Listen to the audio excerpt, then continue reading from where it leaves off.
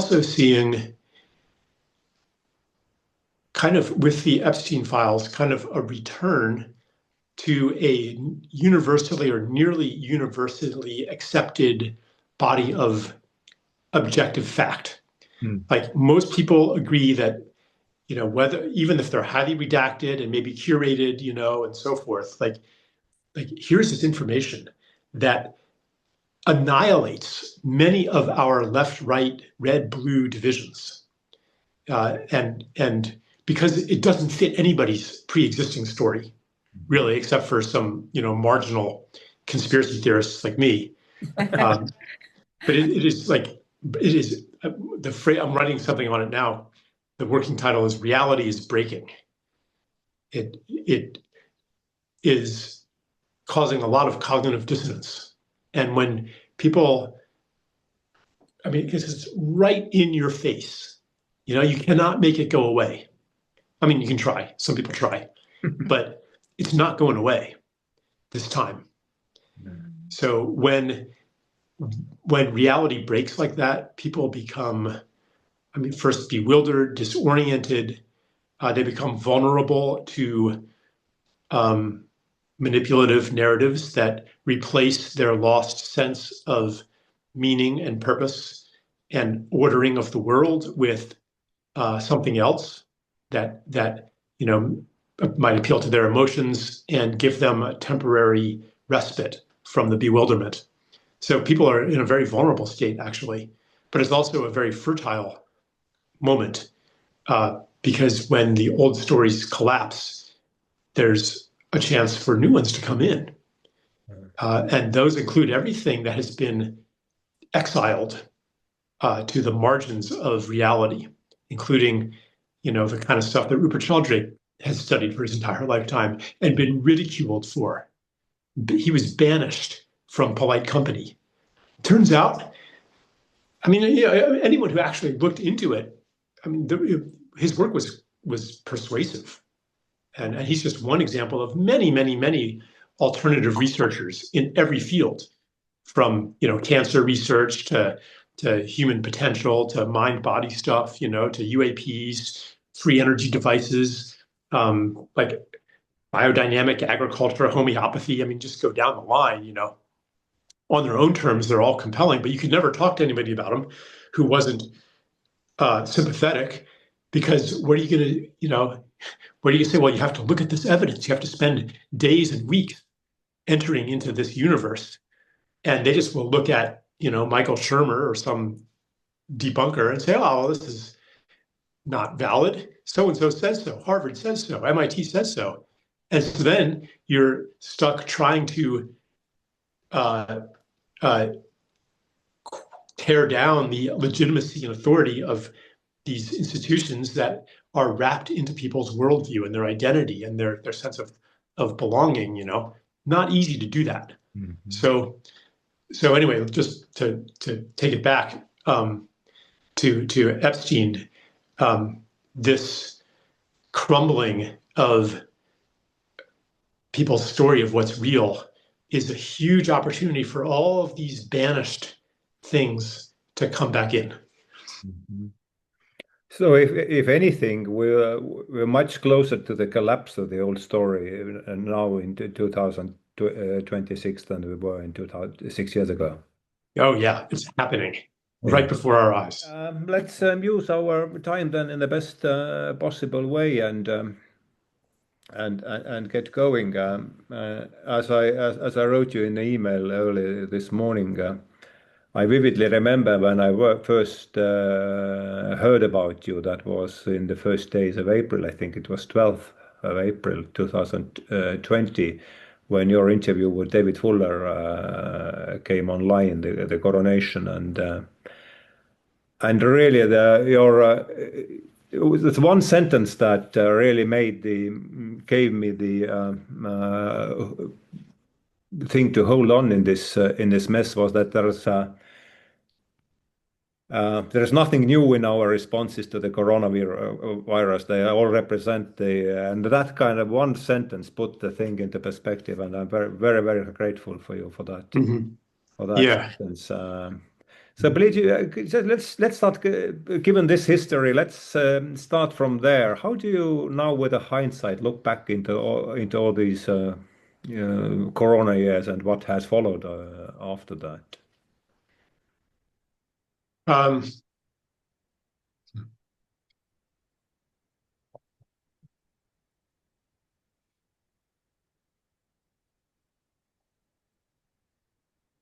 it's hard to answer that question without bringing up the Epstein files.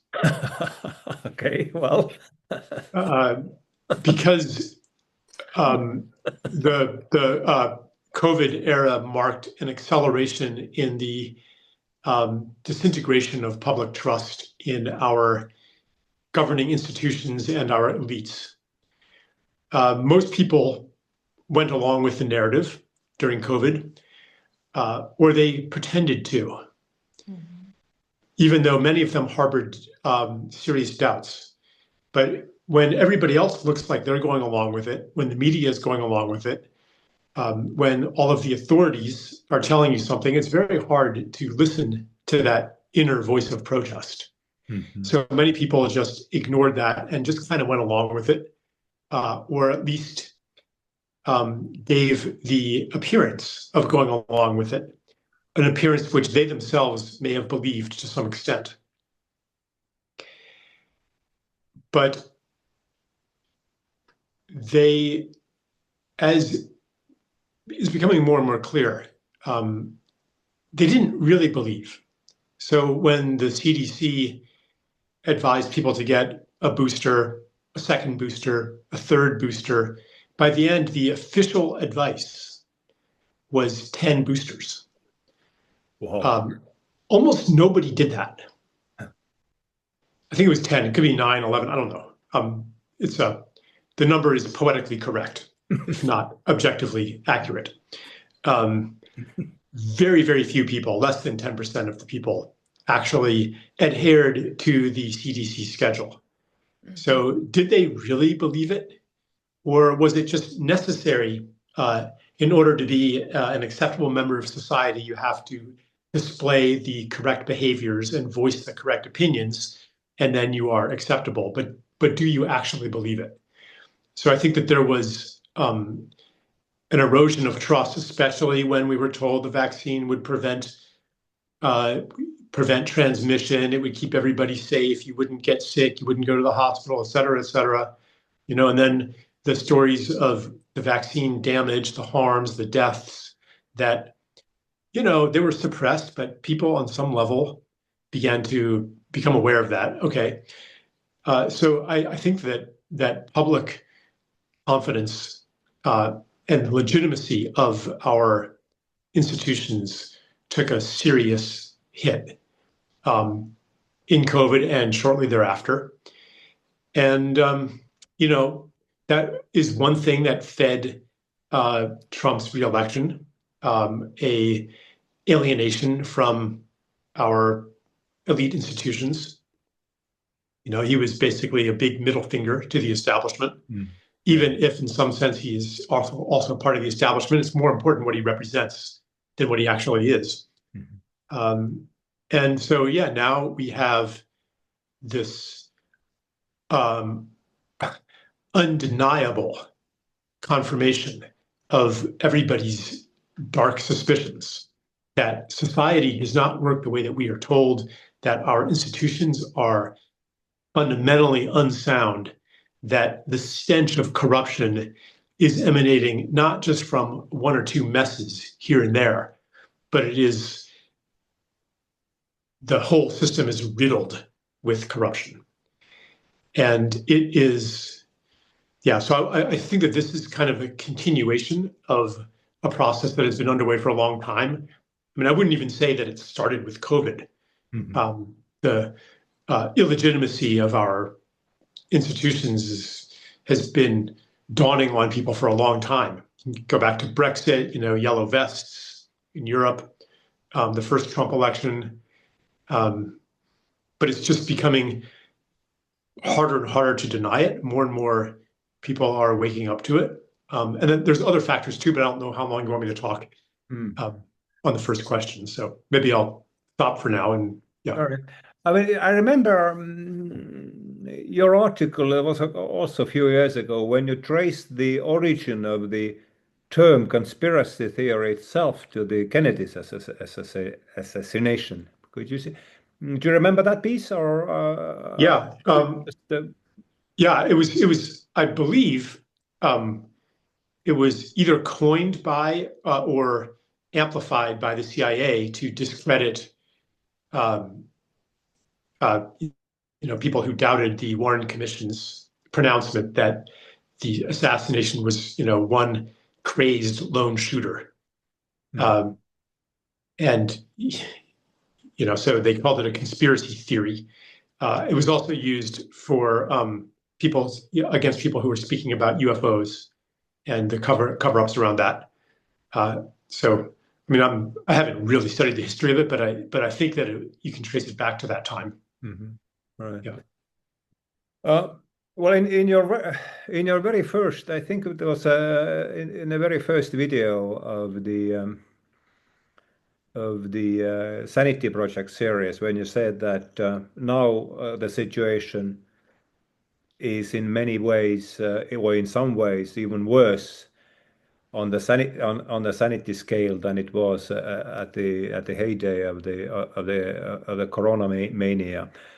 Could you just again expand on that? How has this we did interview a few issues back with Matthias Desmet, who has his argument how the whole thing has mutated, and but would be interesting to hear your view on that one. Yeah. Yeah. So during COVID, it seemed that there were two completely separate universes of information, two completely separate realities. The stuff that I was reading in the dissident community was simply not present. It wasn't that everybody was looking at the same data points and drawing different conclusions. It was that the conclusions that people were identified with and attached to filtered out any data point that didn't conform to those conclusions. So people were looking at completely separate sets of information. That division of society into mutually insulated spheres of information has just intensified. And there's very little cross communication between them. The advent of AI generated images, videos, etc., just contributes to people's ability to dismiss anything that doesn't fit their narrative, because it could just be fake. And on a deeper level, people are learning not to trust anything that is presented to them digitally, which is kind of, I think it's actually a good thing, because it's going to bring us back to our bodies and back to immediate experiences and back to networks of trust, back to the human.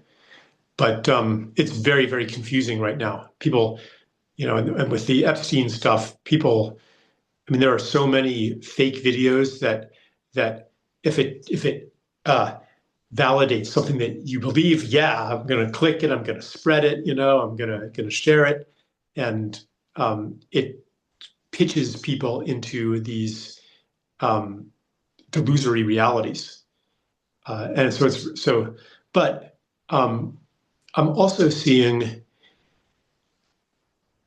kind of with the Epstein files, kind of a return to a universally or nearly universally accepted body of objective fact.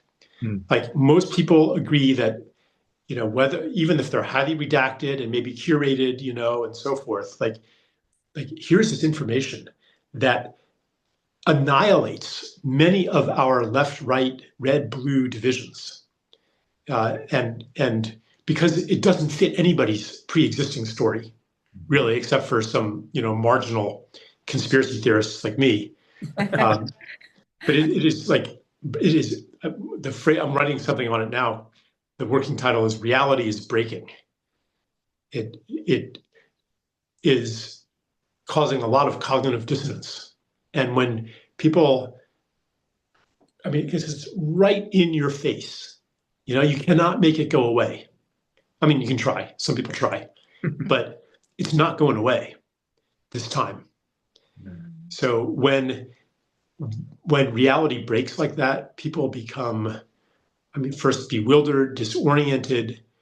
They become vulnerable to manipulative narratives that replace their lost sense of meaning and purpose and ordering of the world with something else that might appeal to their emotions and give them a temporary respite from the bewilderment.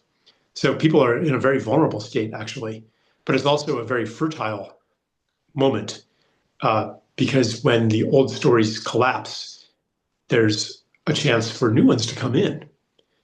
And those include everything that has been exiled to the margins of reality, including, the kind of stuff that Rupert Sheldrake has studied for his entire lifetime and been ridiculed for. He was banished from polite company. Turns out, anyone who actually looked into it, his work was persuasive. And he's just one example of many, many, many alternative researchers in every field, from cancer research to human potential to mind-body stuff, to UAPs, free energy devices, like biodynamic agriculture, homeopathy. Just go down the line. On their own terms, they're all compelling, but you could never talk to anybody about them who wasn't sympathetic, because what are you going to, where do you say, well, you have to look at this evidence. You have to spend days and weeks entering into this universe.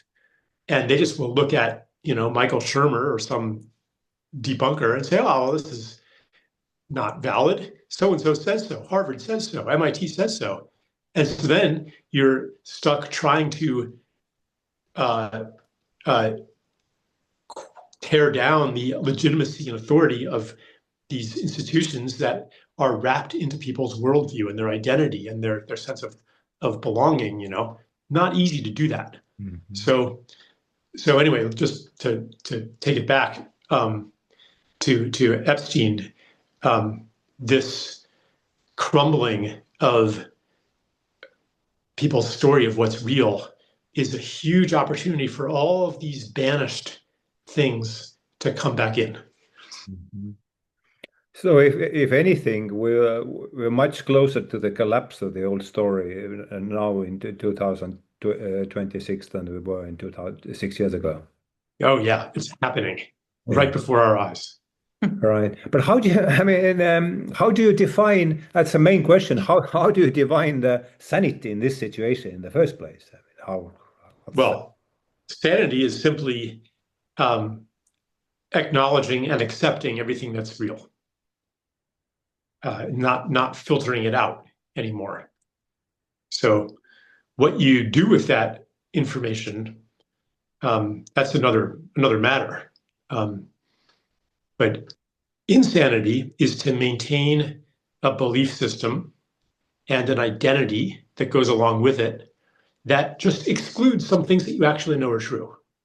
I'm just not going to think about that. So what I ask in the Sanity Project is what happens when you bring it all in? Does your life make sense anymore when you really bring in, the reports of near-death experiencers, people who have been had heart attacks, they flatline, they're resuscitated, and in those minutes or hours when they were unconscious, they have, an experience of meeting beings of light and being shown their lives and getting teachings. And if you really take that in, does the way that you live your life still make sense? Or collectively, if we really take in the authenticity of extraterrestrial or whatever is in these UAPs, that's such a dumb word for it. Like, why can't we just stick with UFOs, or flying saucers or something like that, just to sound scientific? An unidentified aerial phenomenon. Yeah, now I'm using fancy words, so I must be rational and evidence-based. But anyway, if we really take seriously that, does even the concept of national security make sense? What are we talking about here? So this is, these are examples of the insanity when we push those things away and we live in a tiny ghetto of what we know to be true, a tiny, limited, constricting ghetto. Mm. That's what insanity is. And when you continue acting insanely, i.e. in ignorance of things that you know are real, you cause endless suffering. Right. Yeah. Oh, yeah, would you like to ask something? Yeah, I read your book, Sacred Economy, which is right. Economics, yeah. Sacred Economics, yeah. Yeah, 2021, and I've got so much inspired of it. So I quoted several times your ideas, and you use money as a social technology, which could separate us or just unite. And now I just looked at those short videos of your Sanity project, and my question is that could Sanity project embody those sacred economics principles in practice today? Well, I mean, I put them up for free without ads. And do I ask people to donate? Sometimes I do. Usually I just hope that they will.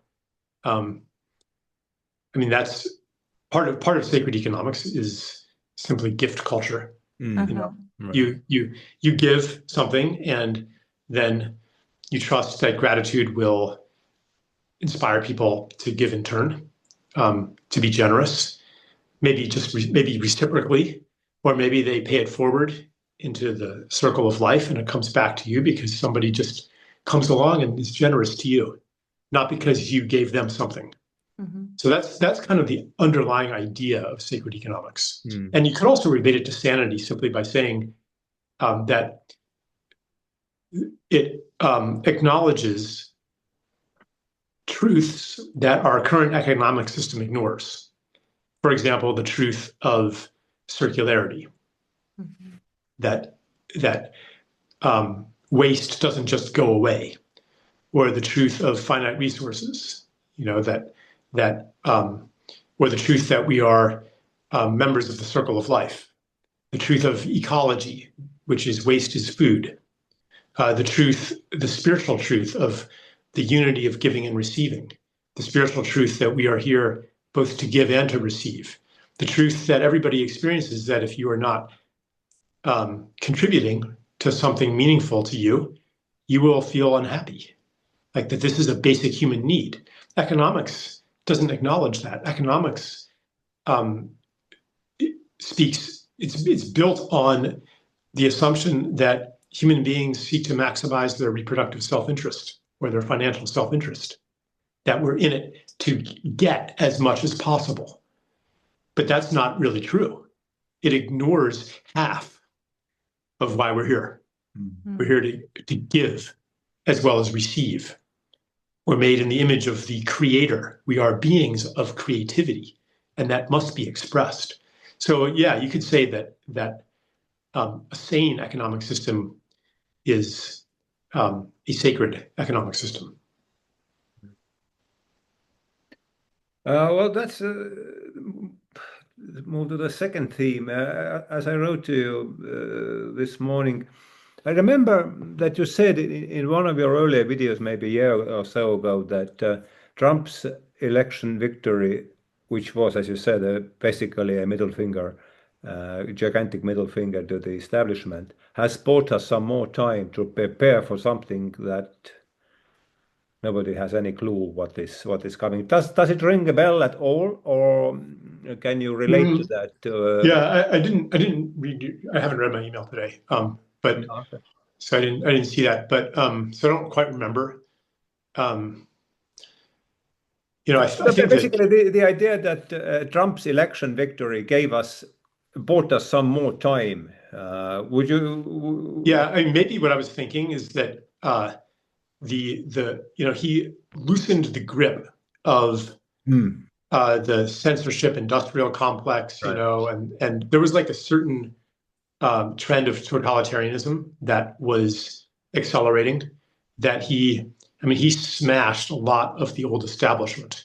Right. Yeah. But instead of, I think of it sometimes in the metaphor of the Lord of the Rings. You know, he seized the ring of power from the Dark Lord, but instead of throwing it into the fire to destroy it forever, he put it on his own finger.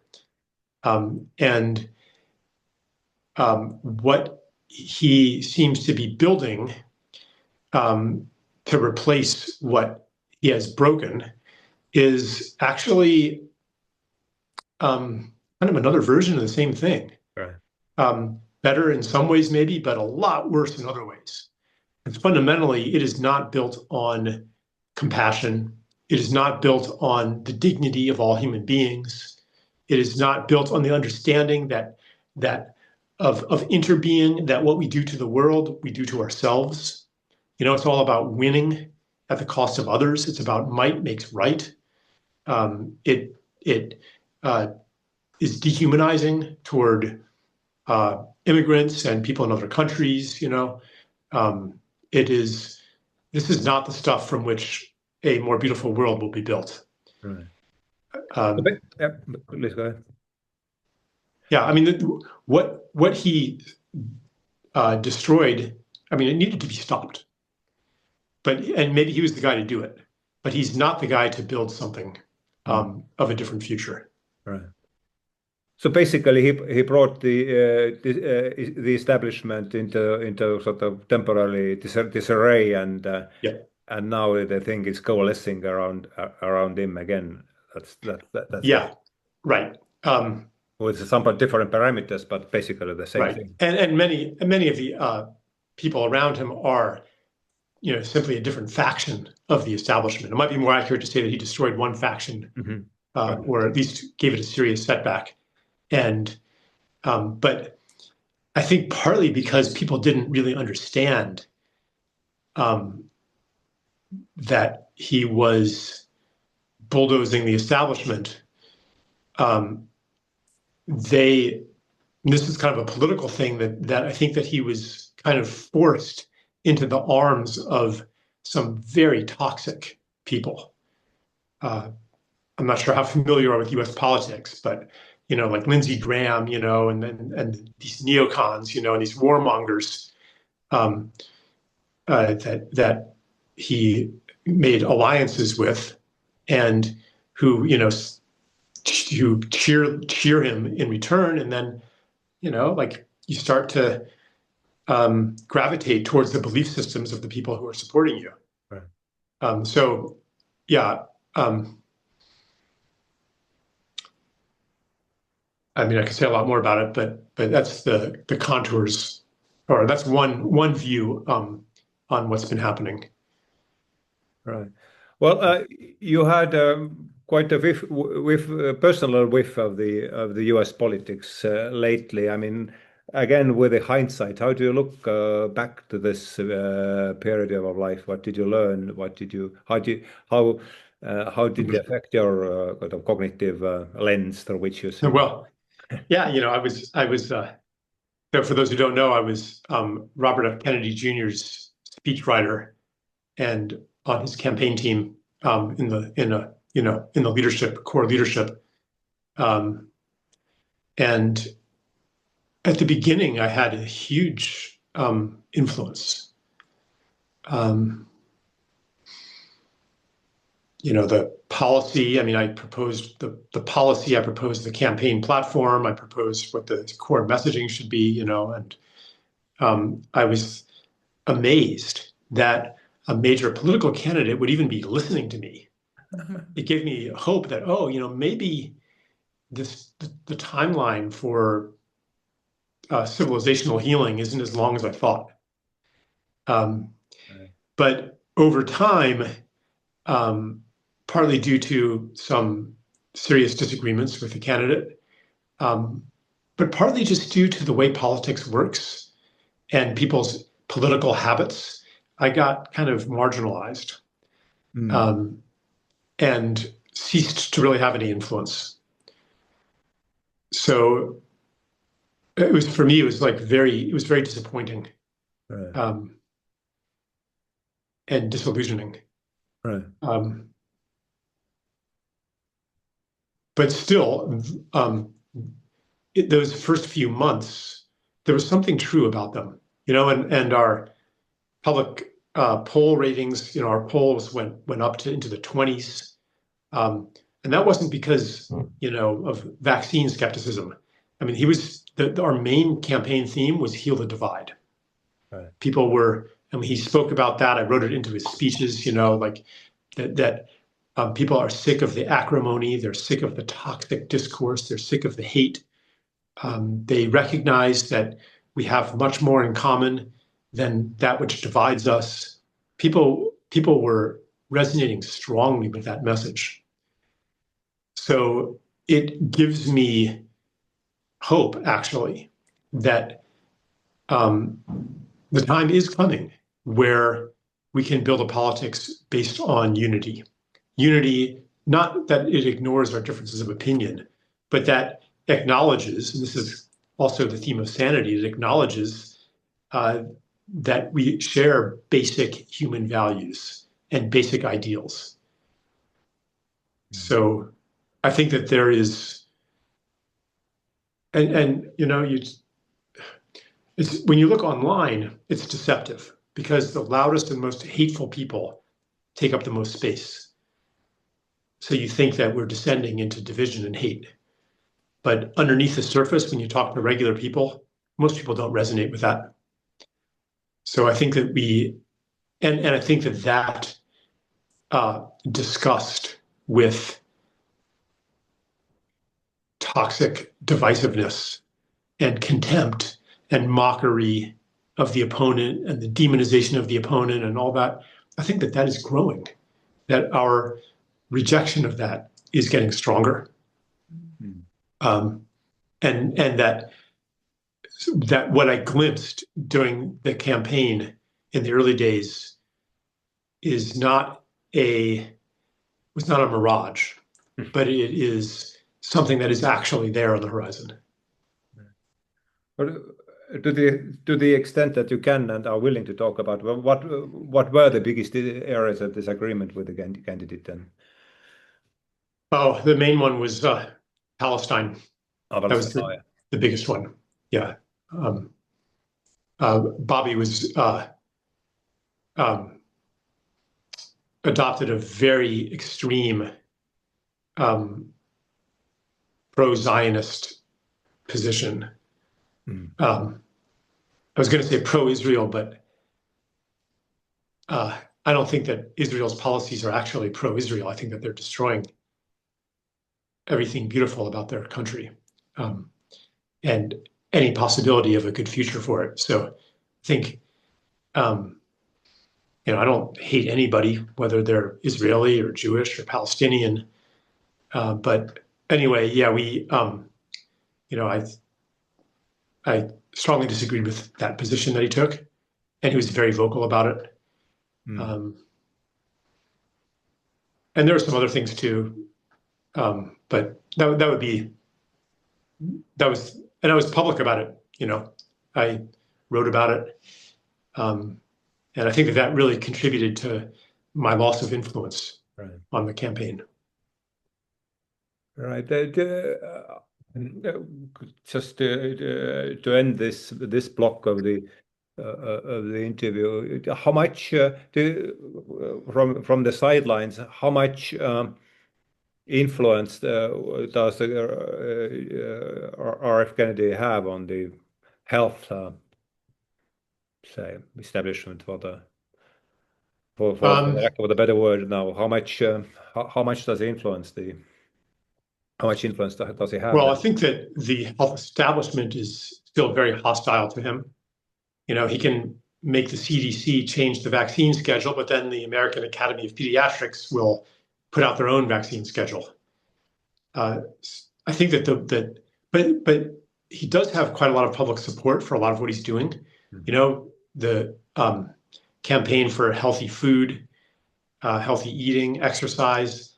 It's hard to be against that. And so he does tap into some public support there. And also, I think that in the longer term, what he's doing to change the way that research is funded and to bring scientific scrutiny to areas that have been neglected, I think that could be really impactful. But, you know, I always like to say that politics is a lagging indicator of consciousness. So, you know, it's hard to say. It's like his tenure as HHS secretary is kind of a barometer of changes that have been happening in the public mind for a long time. So, yeah. Yes, I'm coming back to this sanity project. In one of your videos, I remember you said that this platform you are offering is kind of called that like a sanity island. And it evokes me this Aldous Huxley book, Island, where is this small Pala island, or Pele, I don't know how to pronounce it, which is really sane society within this dysfunctional world. Do you see this? I don't know, have you read this book? And do you see those similarities with your project? No, I haven't read the book, but it's I think it's a common idea, you know, that every eco-village or intentional community has the same idea. We're going to model something in a protected space. We're going to gather with an intention and hold that intention to provide, and it's not just for us, but it's also to provide an example to the world. So yeah, I have kind of the same thinking that this can be one of the islands of sanity in a world that is going through an episode of madness. Yeah. Continuing on the Huxley theme here, Rupert Sheldrake said in one of our interviews that in his opinion, Aldous Huxley is one of the key figures in this great transformation that we're going through right now. Do you share that opinion? And we'll perhaps coming back to Kennedy as well, there were his position on a sort of psychedelic renaissance and on the particularly the MAPS treatment protocol that was rejected, and I think in the last stage of the whatever so the procedure. I don't know how familiar you are, but I would sort of delineate that kind of area now. Huxley, psychedelics, and this resistance to this very effective. I mean, I remember you said, I think in your interview with Melody Hayes, that when you read Groff's work, that really made you disillusioned about our current arrangement. Let's recall it off the bat now. Yeah, I read Groff in the 90s, Stanislav Grof, one of the early pioneers of psychedelic therapy. And yeah, I agree with Rupert that Aldous Huxley was an important influence on my thinking, not as much as George Orwell was, but in some ways Huxley's dystopia was more, well, I wouldn't say it was more prescient, but it definitely illuminated something important. And you know, the soma, the happy drug that they take in that book, boy, that certainly prefigures the not psychedelics, but the psychiatric medications that basically try to make an intolerable state of affairs tolerable, Right. to make people happy, or at least accepting of that which should not actually be accepted. So it suppresses the rebellion of the soul that refuses to live the wrong life, and therefore withdraws from it in a condition that we call depression. So, yeah, yeah, I mean, there are other ways that he was very prescient as well. But yeah, so I think that psychedelics are one of the main ways that, or one of the main disruptors of the old story of what we thought was real, of who we thought we were. It is, together with many, many other factors, including the Epstein stuff, including the basic failure of medicine to deliver on its promises. We were supposed to have 200-year lifespans by now. We were supposed to have conquered every disease by now. If you read what was said in the 1960s about the future of medicine, and just the failure, not just of medicine, but of science and technology and reason and markets and all of the other pieces of civilization as we know it, the failure of all of those to deliver on the promise of utopia, of an end of suffering in all of its forms, to deliver on the promise of human fulfillment that was supposed to come through our domination and control of everything outside of ourselves. So that's another force that is converging right now to transition us. I mean,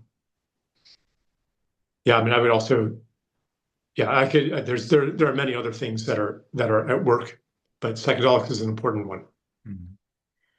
Well, speaking of technology, I read with avid interest your interview with Jeff Carrera. There were many interesting ideas there. One of them being IE-induced psychosis. This was the first time I heard this term. Could you please expand on that? So, like, the final block, but perhaps this. Okay. Yeah. AI-induced psychosis. Yeah. Yeah. I mean, I noticed people starting to go crazy. That AI would, they have whatever storyline, and the AI feeds it back to them and amplifies it, and they very often would encounter some being. They would name their AI this being. The AI would tell them how, the importance of their work and their life, and what you're one of the elect people who are here to save the world, kind of thing. And it looked very much like a psychosis. And I think that people are susceptible to psychosis when they are disconnected. Right. Disconnected from their bodies, from other people, from community, from the soil, from the plants and animals around them. You're not grounded in reality anymore.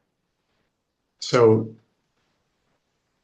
AI psychosis is just kind of a further extension of social media addiction. People are susceptible to that for the same reasons.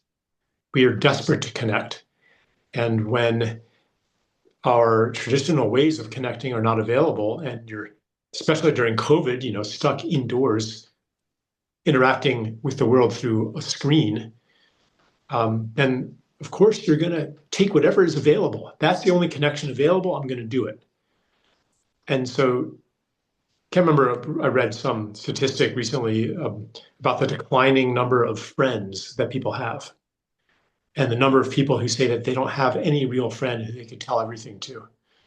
Well, when you don't have that and there's your AI companion available, you're going to take the best, that substitute for what's missing.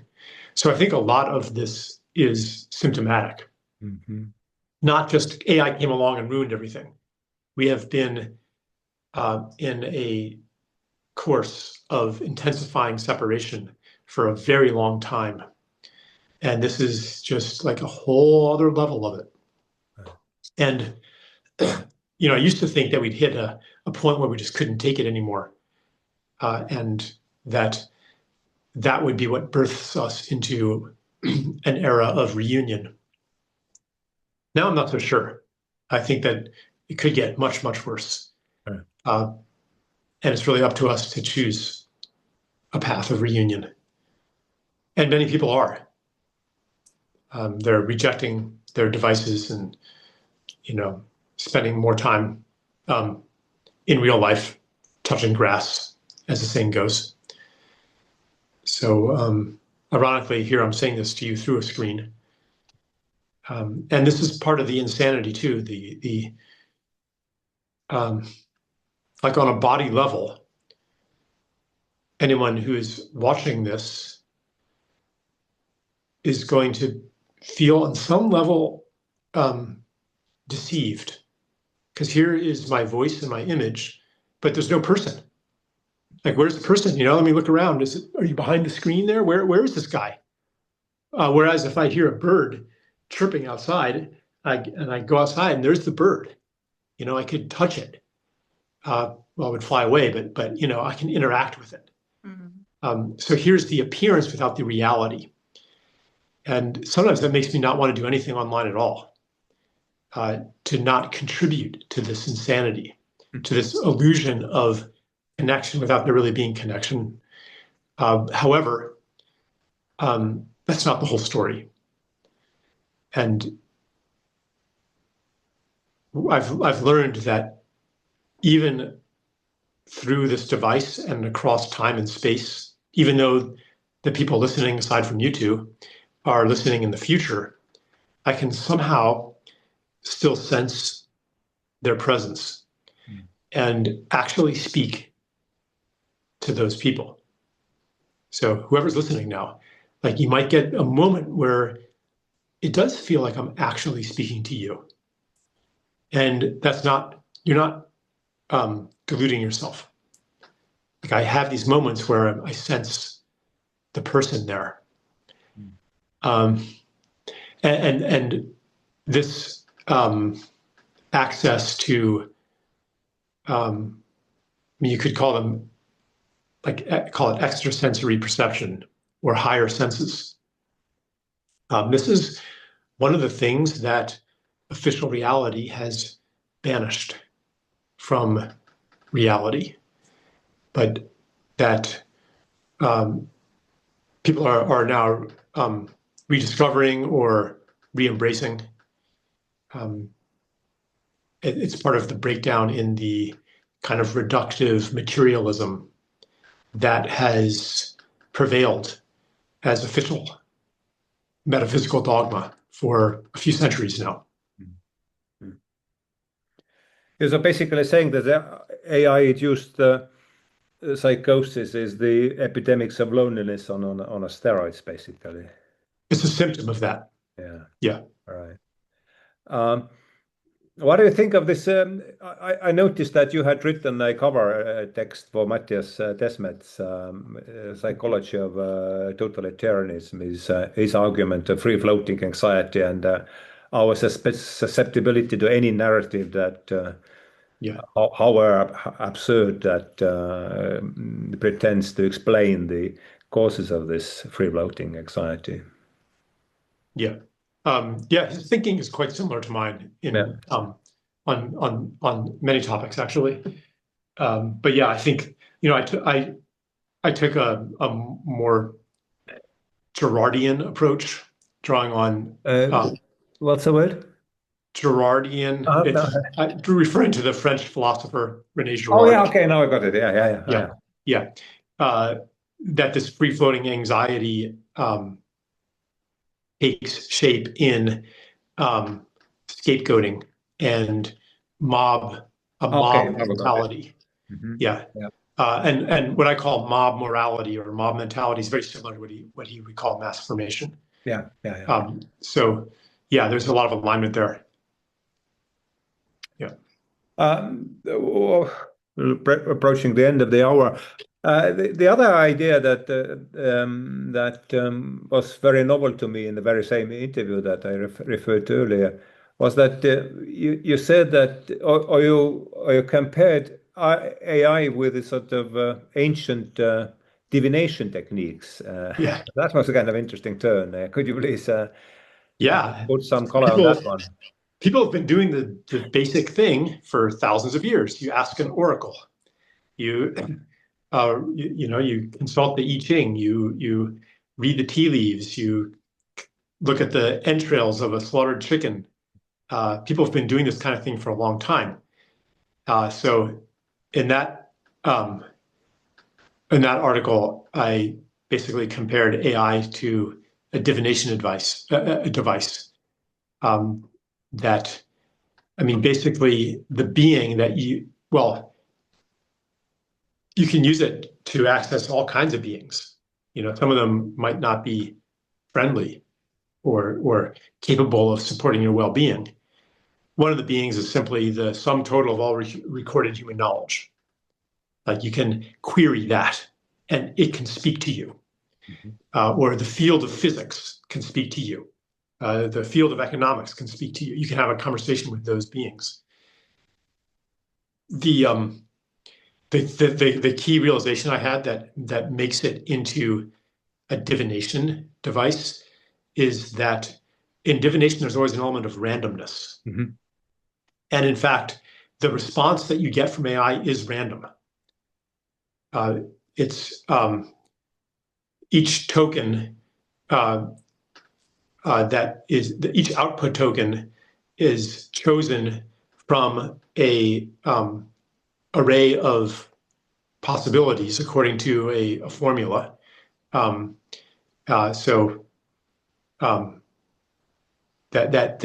it's a weighted formula. But the seed of the pseudo-random string that is used to pick each token is generated by a true random process. From hardware noise in a computer server somewhere. So anyway, I make the argument in a more careful way in this essay, but it was kind of trippy, and I don't know, I think people probably read it and they were like, oh, that's a cool idea. And so I kind of left off that thread and went back to other aspects of AI. It's something I've been very, very interested in understanding. It's kind of ironically the very epitome of the technocratic paradigm. The AI kind of, if you're right, then it opens up to the people, the very same people, to the paradigm which is at variance with the very same paradigm from which the AI was developed. Yeah, and to add to that, nobody knows how it works. I mean, people know the contours of how it works, but if you put in a prompt and you get a certain response, you can't like raise the hood and look in there and explain why it came up with that response. It's very, very, very difficult to do that. So it's kind of a black box. And that also puts us kind of, because originally, the original conception of artificial intelligence is that we would decode intelligence and program it into a computer. But that's not how LLMs work. They work by not analyzing patterns, but copying patterns and imitating patterns, very, very subtle patterns, without actually necessarily understanding what's inside the pattern. Like AlphaFold, it predicts how proteins will fold based on a database of millions and millions of proteins and how they fold. But it doesn't draw on the physics, the chemistry of protein folding, like the charge distributions and things like that. Like why would this amino acid, hook onto that amino acid? It doesn't do that. It's all about analyzing the appearances. So anyway, I could go on and on about that, but it's better. That kind of stuff is better conveyed in writing. All right. Just two last two brief questions. Would you like to start with yours? Yes. When I'm listening you, it seems to me that you are trying to hold two truths at the same time, which is sympathetic. I mean that from one side, I hear that everything is horrible and things are painful, which is truth, definitely. And the second truth at the same time is that something beautiful or meaningful emerging. And my question is that if you say that something beautiful emerging, what do you think? Will it be only spiritual shift or material shift or both? And how we do recognize it? Oh, it'll be both. And I say that not as a prediction, but more as a prophecy. The distinction being a prophecy is speaks a possibility into existence that becomes real when people act on it. Prophecies don't come true automatically. They come true because people listen and they act on it. And so what I'm saying is that, yes, so sanity, again, you take in all of the horrors and also all of the amazing capacities and miracles that are also shut out of conventional reality. Where does despair sit when you take into account, telepathy or like all of the anomalies that have been banished from reality and all of the healing modalities and all of the ecological restoration modalities? And when you take all that stuff in, then despair has no place. That doesn't automatically save us, though. It means that when we take that in, our creative capacities exceed the difficulties that we face. So that's, it's not, I'm not saying it's inevitable that we will pass this threshold. All I'm saying is that it is possible. Right. And when we commit to that and make that choice, it's unstoppable. So the very last question, one phrase by Joseph Campbell has kind of circled in my head, and I'd like to hear your take on that. And the phrase is that, or sentence is, the myth is a secret opening through which the inexhaustible energies of the cosmos pour into the manifestations of human culture. What's your take on this? This sentence. Mm-hmm. Yeah. Yeah, myth is it is kind of a doorway. Myths, a true myth, always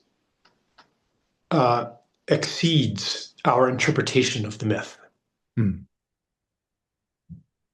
Myths like, even something like Snow White and the Seven Dwarfs. We hear that as a children's story, but there are codes embedded in that. Now, those are kind of obsolete myths, although they still have some power.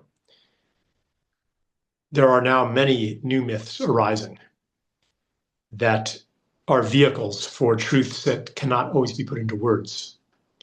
One of the myths is, and when I say a myth, it doesn't mean that it's not to say that it is distinct from objective truth. It's just bigger than objective truth. So one of the emerging myths is of the myth of the satanic cabal that rules the world, the pedophilia elite. Okay, you can recognize that as a myth, and when you really go into that narrative, they have like underground cities, and futuristic technology, they have godlike powers. It's very it really gets symbolic and mythical. Now, I think that there are elements of that myth that pop into objective reality as evidence, although the interpretation is always an interpretation. And that's one myth. Another myth is the myth of the extraterrestrials, the UAPs, the guardian races. There are many, many, many myths like this that are entering now. And you feel, when you hear a myth, you feel the psychic resonance of it. You feel it when you take it in, it changes you. You become a different person. If you ever have gone down like the New World Order conspiracy rabbit hole, and started reading about, the satanic rituals and things like that, then, and you go full on into that, the controllers, everything is orchestrated, you feel a certain way. So a myth is a gateway to a whole reality and a whole state of being. And when you open that door, what comes through is not always controllable. So I always check, as I open these doors, who do I become? How do I feel? Is this who I want to be? Is this consistent with the world I want to create? And that doesn't mean that I reject any inconvenient data point. It's the interpretation that is important. Right. Well, thank you so very much for your time. I really, really appreciate that, and I'm sure so do our readers. So the interview will appear in the March issue of the paper in a month's time. So I'll keep you posted and tell you about the progress. Could you please send us a new photo as well? That would be. All right. I don't really have any, but maybe I can do one now. I don't know.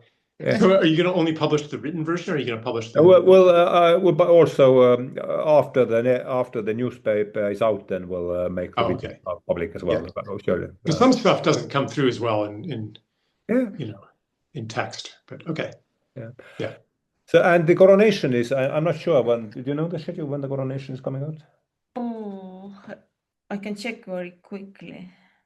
Either in this year or surely in next, but so you will be. We'll write it. Well, once more, thank you so very much. It was great pleasure and privilege, and great fun to talk with you and to hear your views. So let's keep in touch.